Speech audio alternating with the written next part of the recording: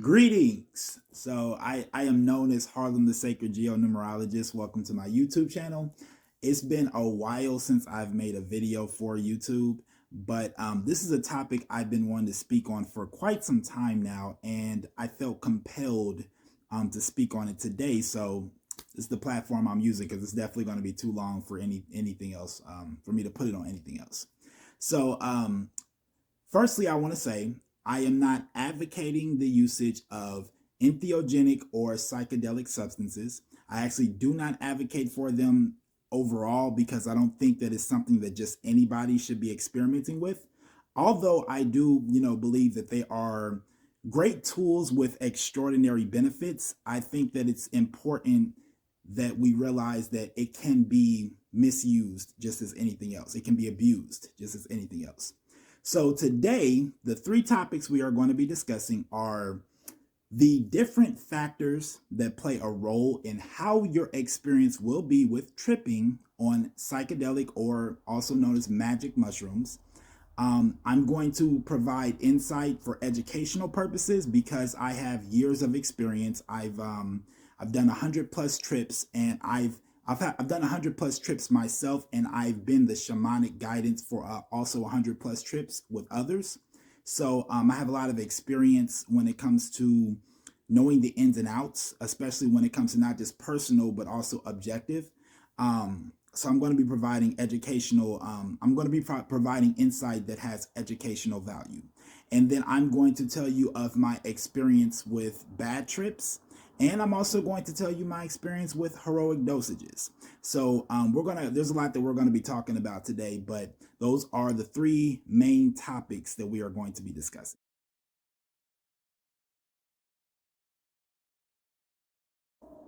So first and foremost, the factors that play a role in how you will experience a trip on a psychedelic substance, specifically entheogens and psychedelic mushrooms. So the three factors that most people speak about are your dosage, your set, and your setting, right?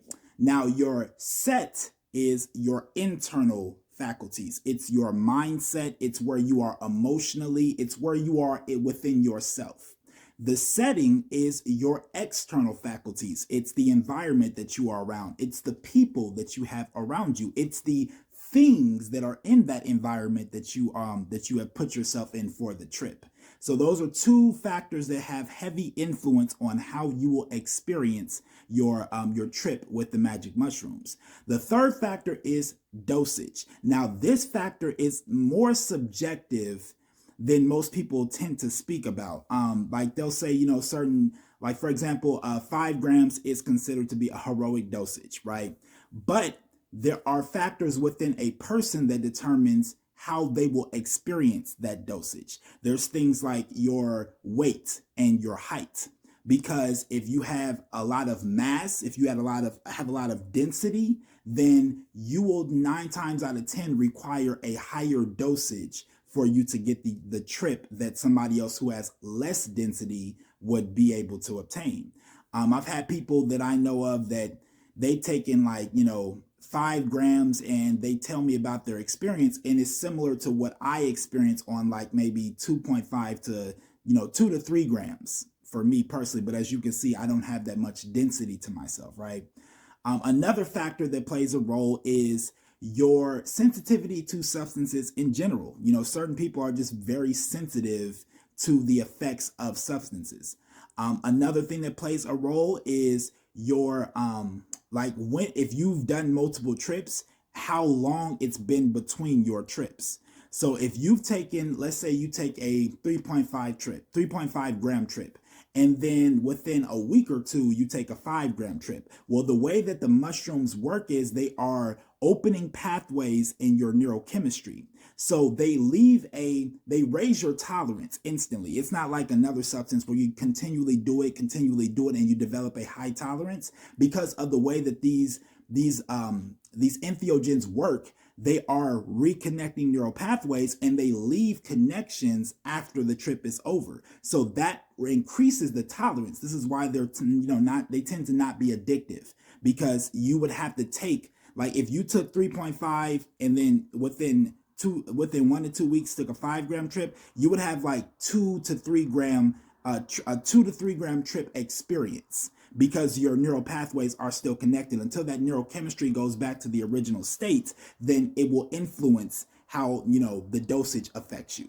Another thing is that most people don't even realize is that you feeling safe within yourself, you feeling safe within your own body influences how much you need to take for you to kind of really get a certain type of experience, because you have to feel safe enough within yourself to be able to surrender to the mushroom. And certain people have designs and experiences because of those designs that make it so they struggle with being able to surrender. So they try to control. They have a stronger sense of trying to control things.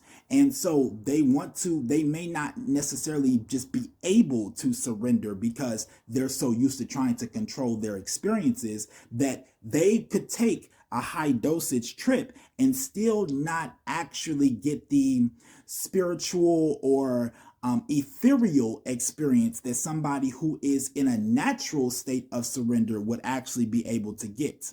So there are a lot of factors that go into how you will experience those mushrooms. And there's actual steps that can be taken to amplify the experience and be able to make it so you get the full the full extent of the benefits that can be offered to you. Now, I'm not going to go too far into that because that's another thing that's, it varies. There's variables when it comes to it. But those are the three main things that influence how you will have a trip: is your dosage, which has those factors underneath, those underlying factors as well, your set and your setting.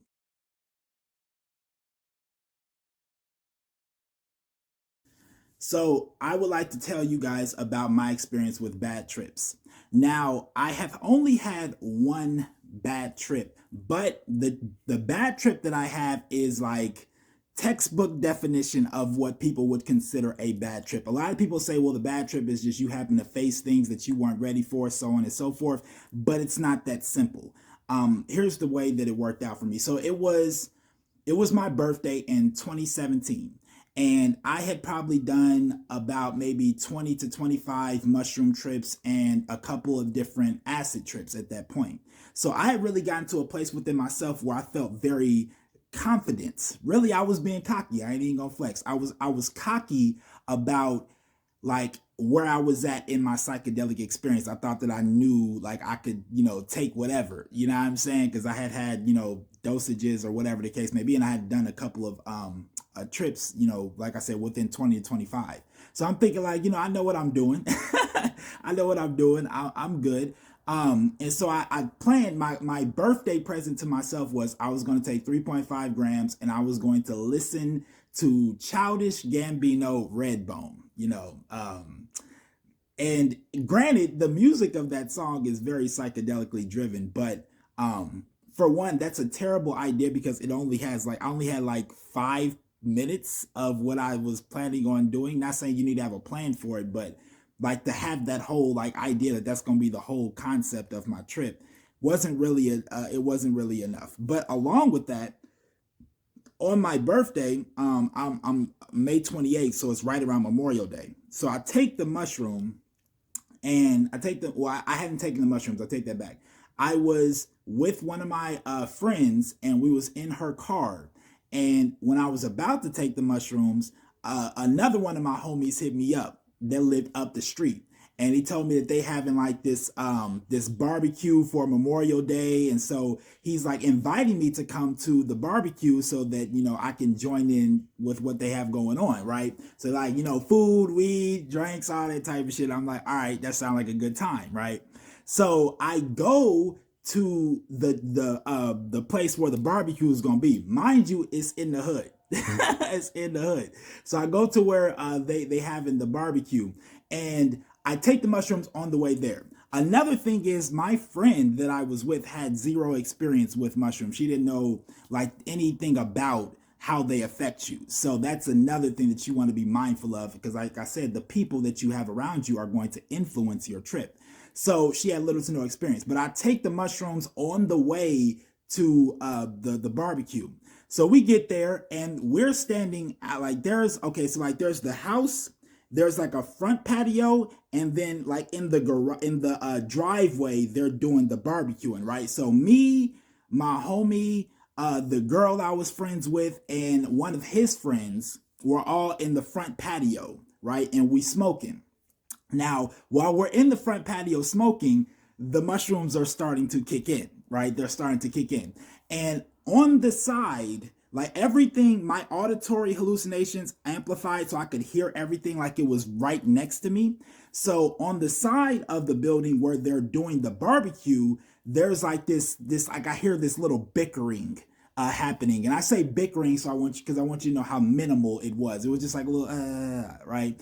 And but I could hear it like it was like right next to me. So I'm hearing them little bickering. And then the bickering keeps getting louder and louder. It go from bickering to, voices being raised to yelling, right? And so I hear it like progressively starting to get more and more intensified. And so it goes from that to I start hearing shit getting knocked over and, so on and so forth. And then one of the people who was involved go out into the street and there's this girl there that's trying to like stop them from doing, like trying to hold them back. And dude is like, nah, fuck that. I'm ready to, you know what I'm saying? He ready to box. You feel me? So he trying to get the other dude to come into the street with him and box. And I don't know why, but the other dude wasn't coming. So he was like, nah, fuck that. Watch this. And then he went back over to the spot and then they start, you feel me? They start banging in on the side of the house. Now, mind you, I'm hearing all this like it's literally right next to me. And I'm feeling all of the energy of this because when you're on the mushroom, your senses are heightened. That includes your sensitivity to like emotion and things like that. So I'm feeling these energies as my trip is progressively kicking in. And then I'm hearing these things like they're literally right next to my ear.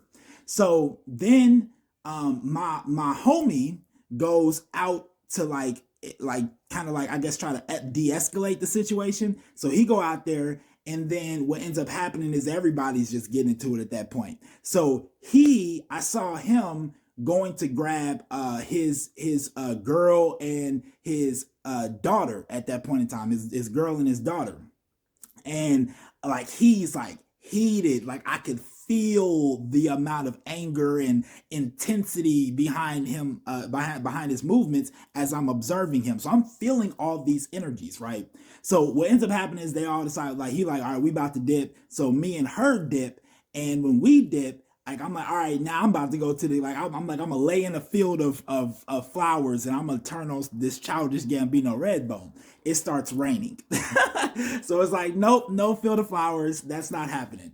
So we get back to my apartments and there's like this this parking lot that you can sit in the complex. So we in the parking lot and we smoking, and while we're smoking, right, my senses. So basically what happened was I start feeling this free flow energy moving through me. It felt really amazing. It was just like a flow just going through me and I felt really good about it. And then it went from that to like me hearing, like, how it sounds like when water drops, it's like a boop, like that boop noise that water makes when it hits something. Like I heard that, but instead of it just being like coming from outside into my ear, it was like it was inside my head and I was hearing it internally. So I hear the boop and it's like a bubble popping. And then after that, I felt like the free flow energy was gone. I felt like the only word I can use to describe the feeling was defeated. Like I felt like I was just completely destroyed, like like I felt like I went through a destruction.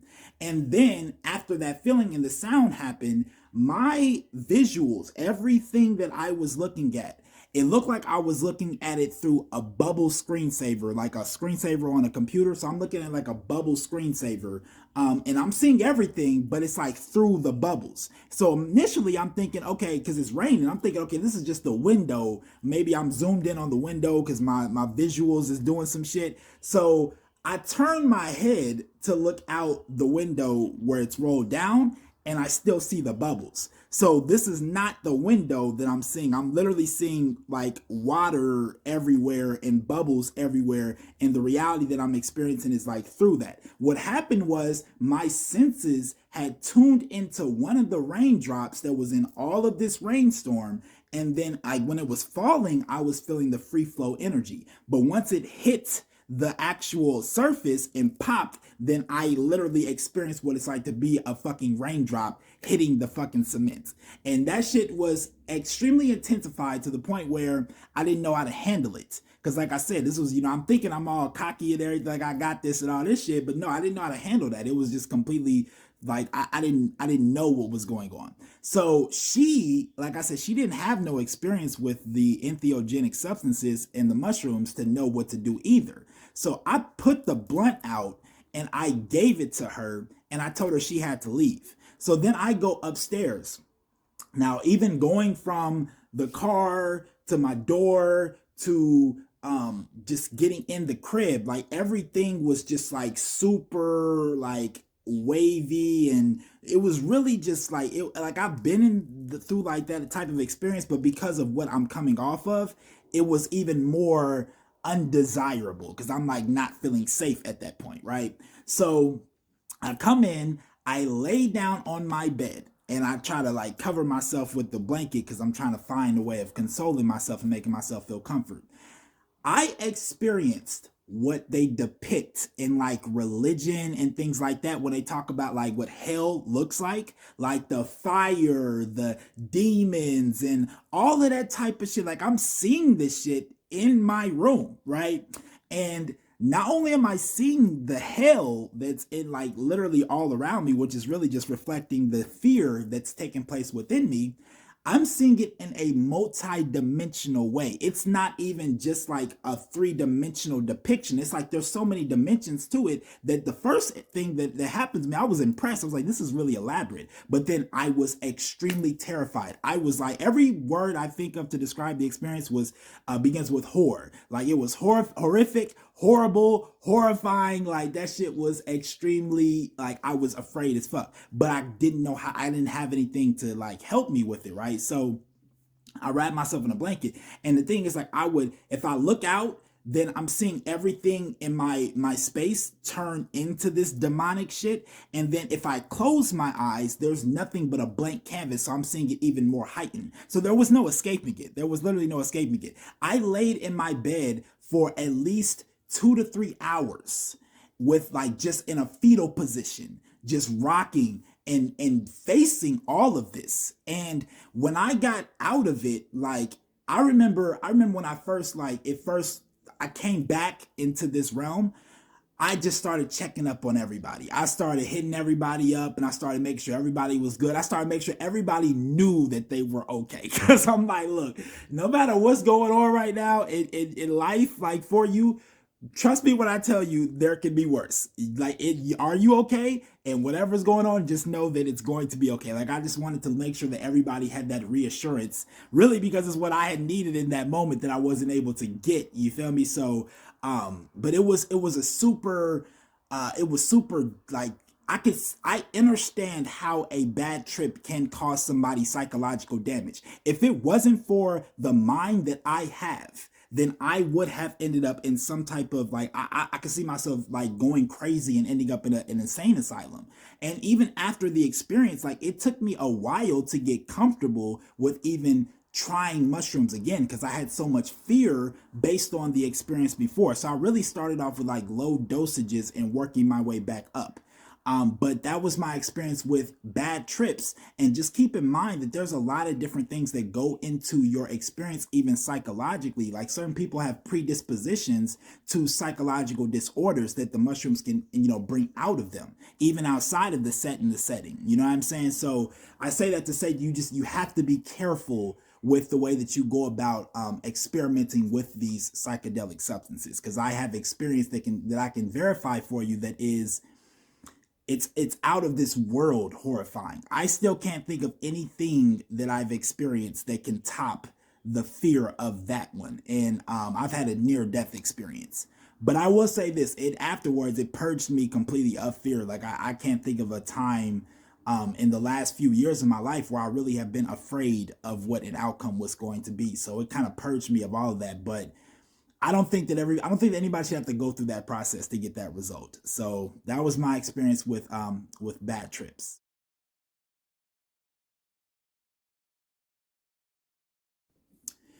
And so now I want to tell you about my experience with heroic dosages. Now I've done multiple heroic dosages. The highest dosage I've done is 7 grams, but like I said, I'm like a light body and very sensitive. So it was like the 7 gram trip I had was completely otherworldly. Like it's incomprehensible. I still am trying to make sense out of certain shit that I experienced with that one. But my first heroic dosage was in 2019. I took 5 grams. I did it after a 3-day fast. So that's another factor I forgot to mention. Like your stomach plays a role in your trip because you ingest them. So like whatever is in your stomach and your colon is going to be mixing with the mushrooms and influencing how it affects your neurochemistry. So I did a 72-hour fast, and I did a 5 gram trip, and it had been months since I had tripped. So it was like a fresh blank slate, just pure, you feel me, pure mushrooms and entheogenic compounds. So I did 5 grams. I remember, okay, I started off in the shower. I was taking a shower, or no matter of fact, I started off in the bath. I was taking a bath and cleansing. And I took the mushrooms when I got in the bathtub. And then when I got out of the bathtub, like I started to feel kind of like the heavy body load that is associated with it. And when I got out the bath, like all of the tiles in the bathroom, they were shifting. All the patterns of the tiles, they were shifting, which at that point I was very much experienced with it. I actually enjoyed that part. So I'm like, okay, it's kicking in, it's starting, but it started progressing very fast. So I was like, okay, let me get the fuck in my room. So I went into my room and I put on some clothes and I put on some music. Matter of fact, no, I went outside to my patio to smoke, and then I came in and I still had the music playing from my phone, and I just started dancing. And somewhere in within that dance that or within that period of dancing I was doing, like there was like this inner calling that told me take off all of your clothes. Now in my mind, I'm like, I don't want to do that. I'm like, I don't want to. Like, I put clothes on to have clothes on. I don't want to take off my clothes. But the force behind this calling, it was like I didn't have a choice. It was like, no, you're going to take these clothes off. So I took off all my clothes. I took off all my gemstones, everything. Like I got completely naked, and I laid in my bed because the body load had just gotten overwhelmingly heavy. So I laid in my bed and I was like doing these very strange movements. Like I wasn't doing them, I was just allowing my body to do them. I was just moving in very strange ways, bending and contorting myself in ways that I didn't even honestly know I could do. Like I was bending in positions I did not think I was flexible enough to be able to do. And so I'm bending in these positions and just like moving. And when I'm doing this, it's like a combination lock. You know how it's like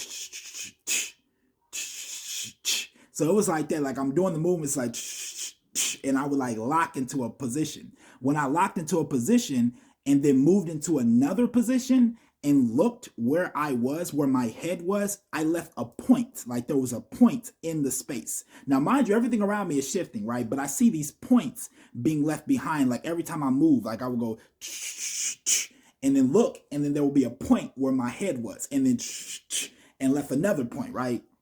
So then I'm seeing these points. And then the points become like they expand into like these windows or mirrors or screens or however you want to phrase it, but they open themselves into like these things that I could see into. And so every different screen around me had a different person in it, and I mean like completely different. Like there was different races, there was different ages, different genders, just all these different just people looking back at me as I'm looking at them. And when I first saw them, I was like, they look familiar, but I can't, like my memory, I can't recognize who I'm looking at.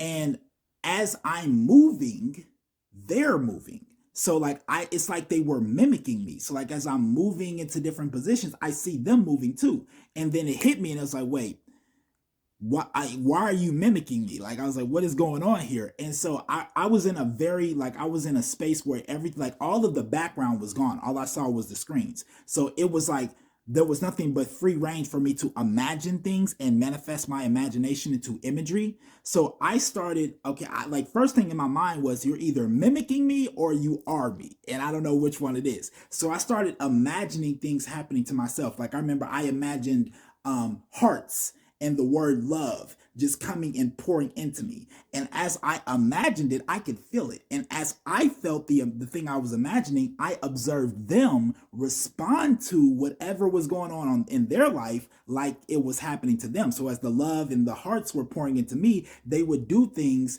that was like, like they would be responding like they were feeling love. And then I like imagine like books coming into me, like books and information coming in. And then when I did that, they would respond like it was happening to them. Like they would do things like, like they would be thinking, right? So I'm like, wait, okay, so y'all are me. You feel me? And when I hit that, when I like got that realization, there was a certain position I had hit. Now I want you to keep in mind, I'm butt ass naked. I'm butt ass naked in my bed, and I'm bending and contorting in ways that are just like completely unimaginable. When I thought to myself, like, if somebody was to walk into my room right now, it would be hilarious to see how they would respond. They'd probably call the police or something, because I look like I'm going through an exorcism. So I'm bending in this position that's like just like it was like all my body was being stretched in the position that I was in. And then it was like I was pulled from my body in the last position that I hit, and I was out of my body observing myself in the position that I'm in. And like I said, I'm thinking to myself, like, I didn't even know I could I was flexible enough to bend this way. Like, it was just blowing my mind seeing myself like this. But I recognize, I'm like, wait, this geometry of the patterns, the shape that my body is in, the position, like, I recognize this from somewhere. And what I realized was, this fucking position I was in was like an advanced yoga position. And I knew of that because although I was new to yoga, I was following a bunch of yogis on my timeline, and I was connected to some as well. I've seen them do like really advanced yoga positions, but I never was able to do them. But I was observing myself doing like this super advanced yoga position that had me looking like I was getting an exorcism, and my body was just being contorted. And so I recognized, okay, I'm doing like, that's yoga. And I recognized all of the movements that I was doing when my body was doing what it was doing was different yoga positions that were releasing tension from my muscles, because the tension was keeping me in my body, and my conscious awareness was trying to free itself from it. So it was stretching my body in ways where it could just like leave, right? So I recognized the position, and then I came back into my body. Now, when I came back into my body, like, I'm looking out at what's in front of me, and then I like fell backwards. Kind of like, I don't know if you've seen the movie Get Out, but in Get Out, like, she had like the woman did this little thing with the tea, and like hit the spoon on the teapot, and then he would get into this hypnotic state where he would fall back from his eyes, and he could see through the eyes as he was falling back, right? It was kind of like that, but the movements were more orchestrated. When in the movie, when he's falling, it's like completely uncontrollable and just like he's just falling. My movements again were like that of the combination lock. It was like a ch ch ch ch ch. So I keep falling back, and again the points are being left behind. Every time I lock, I'm leaving a point behind. Now as I go further and further back, the two screens, the two visuals that I was looking at, the screens locked into one screen. And then that screen, as I kept going further and further back, became a point. So I'm seeing the point, and I'm seeing all the points that I'm leaving behind with every time I'm locking as I'm moving back. And then the points start developing connections, like this geometric unfoldment just came into my awareness. And I'm seeing like arcs and lines connecting all of the points. And then it's making this very elaborate geometric pattern, like so many dimensions to it. I can't even pick a shape out of the whole thing. Like, it's just a super connected, hyper connected geometric expression at this point. And every time I go back, I'm exposing more and more of this geometric expression. And I get to this certain point within the pattern where there's like a separation. There's like this, like a segue between this pattern and the pattern that I'm moving into. And then I can see all of the pattern. When I see all of the pattern, then all of these like equations start like showing themselves within the geometric patterns, right? So I'm seeing the equations, and the numbers in the equations I recognize to be the numbers that are in my numerology chart. I'm seeing my numbers within the equations that are making up these geometric patterns. And so I realized like I was seeing what my coding looks like as a multi-dimensional geometric expression. And then I move into this different like part of the pattern where there's this almost, it's like almost snake-like this other pattern that I'm seeing is moving in this like curvature, and it's kind of linear. It's thin and it's curvy. So I'm seeing it like move and morph, and my pattern is unfolding from this pattern that is, like I said, it's almost snake-like, right? And then I look further down that pattern and I see another pattern unfolding. And when I look at that pattern, the geometric, the equations within that one had the numbers that were in my sister's numerology. I know that because I've done my whole family. So I'm seeing hers, and I'm seeing hers branch off of a different part of this snake-like pattern that I'm experiencing. I'm trying to describe this to the best of my ability because it's like really some whole otherworldly shit. But so I move back behind that pattern, which like is unfolding in a lot of different ways, but I can see it separate from everything else, although it's connected. It's like there's a segue between the two different patterns. And then I move back, and then I keep going back, and then again another pattern reveals itself. Now this one is slightly different than the other two patterns that were mine and my sister's, but I look at the equations, and again it reveals, or I look at the pattern, and again it reveals equations. These equations have the numbers of my mom's numerology because I've done hers. And then I look to the side and I see again my father's. And what I notice is my father's and my mother's are meeting at a certain part within that curvy pattern, that snake-like pattern, and then the other patterns are unfolding from it. So what I realized is I'm seeing the geometric unfolding of my DNA spiral. So I'm seeing like how my mom and my dad like had conception of me at a certain point, and what this snake-like pattern is what we call time. So I'm seeing how it met at a certain point within that snake pattern, which is the time that created my geometry as the combination of theirs. And then the same thing with my sisters. That's why it's a little bit further down the pattern, is because they conceived her at a different point in time. So then I keep going back, and this snake is like, it's wrapping around all this. So like I'm seeing, like I go further back, I get to the snake part again, I go back again, and then I see my my grandmother's numerology because I've done hers as well. And as I keep going further back, each section of these patterns is different. I can't say if they're more simple or complex because all of the shit was extremely complex, but I'm seeing each one.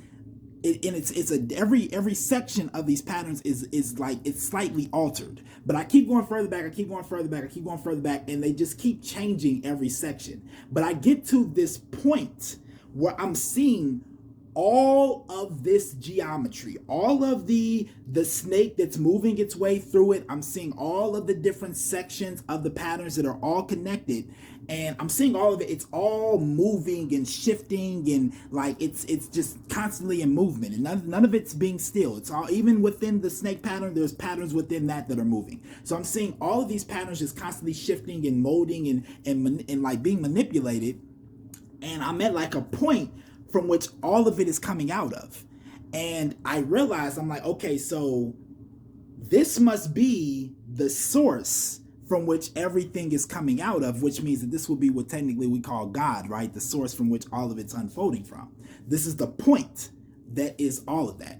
So, and like, I realized, okay, I'm like, when I started off at a screen that was a point within all of this geometry. It was one point, and that was my reality.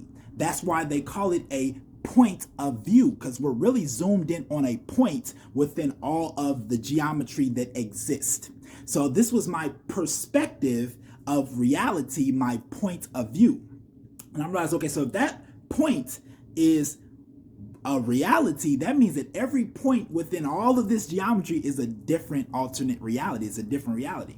So I realized I'm in that moment, I'm like, wait, okay, so I knew prior to that, I'm like, I knew I was God, but like it's different when you experience being that, right? So like it was like a different awareness of it. So I'm like, okay, so that means that I'm the source and this is all in me and this is all me. So I can like see other points. I can see other screens. So what I would do is I would focus on one point in the whole geometry. And then when I focused on it enough, I would zoom into it. Like I would snap into it and boom, I'm looking at another, like through another screen. And then I experienced different human lives. I experienced different animal lives. I experienced different plant lives. I experienced different extraterrestrial life forms. And the reason I know the difference is when it was a human life, like I still had like a thought pattern. Like I still had patterns of thoughts coming in my head, but they weren't like it wasn't the way that I think as, you know, Harlem. It wasn't my thought process, but I was like experiencing it and I could choose between the thoughts, how to act on each thought that was coming in. So I knew I was a human, and then the environment, the movements, I was walking, all that type of stuff. So I could see the human life. Then when I was like in an animal life, I was able to observe what was happening, but I didn't have like I was moving around, but I wasn't choosing the movements I was making. It was just like I was literally observing it as the movements were being made. Then when I was in a plant life, I could like the environment always revealed it for one, because I would be in like a field or a forest or like some type of just like, you know, natural place where there's nothing around me besides other plant life. And I would see other humans and things like that and animals. But like the plant life was what was in my immediate surroundings. And when I was in the plants, I could feel myself moving, but I wasn't actually in motion. Like I wasn't going anywhere, but I could feel the movements happening. I could feel the movement, but I couldn't go anywhere. So I was planted. So I was like, okay, this is a plant life. You know what I mean? And then when I was in the extraterrestrial lives, like it was like the environment was completely foreign. Like the atmosphere, the color spectrum, the way that everything was just completely otherworldly. Like some of the shit I still can't, like, I don't have words for, because there aren't words in human language to describe what the experience was, but it was similar to like how, like, you know, sci-fi type of shit is kind of described, but it was just like beyond that, you know what I mean? But it's just some shit you really can't, like, the human brain can't comprehend it to make sense out of it. But so I start traveling through all these different points, and then I come back to the center point. I'm like, okay, yes, I am God. This is like, I am the source of all this. And I was like, well, okay, now what? I remember thinking about, like, I was like, is this death? Like, did I die and now I'm like back in the source point and now that's the end? Like, what do I do from here? And when I asked myself that question, it's like almost like something, a force came and snatched me. Cause like when I moved back to that point, everything was like a like it was very orchestrated in like a motion to motion thing. When I got pulled back after asking that question, it was like being sucked through a vacuum, like being sucked through like a portal in a vacuum, that just where everything was like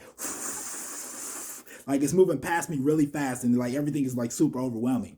And then I basically get back to the screen that is this reality. And I remember when I first came back, I was just like, what the fuck? Very, very confused. And then once I got out of the confusing state, I'm like, okay, what's the answer to the question? Like, what am I supposed to do with this shit? You know what I mean? And I realized the answer was that a part of you is aware that you are God, that you are the creator, you feel me, and the creation. There's a point within your whole conscious awareness that is aware of that.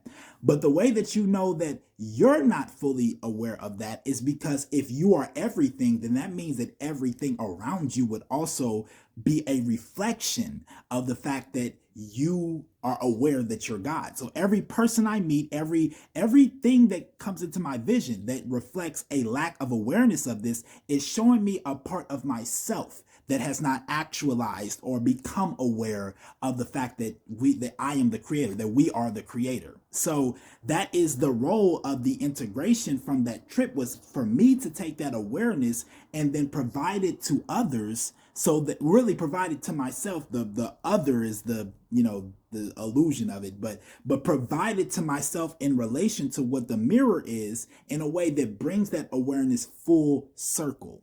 But that was my first heroic dosage, and I've had multiple, and I'm not going to take up more time trying to talk on all of them. But the heroic dosages that you can take, like, based on whatever, factors make it a considerably heroic dosage for you, will be something that's completely just beyond the concept of reality. And it will, for a lot of people, will open you to a lot of like extraordinary things. But like I said, there are a lot of factors that go into play, and this should be handled with caution and respect. Because if you don't, approach it with those two things in mind, you can set yourself up for a very damaging experience as well.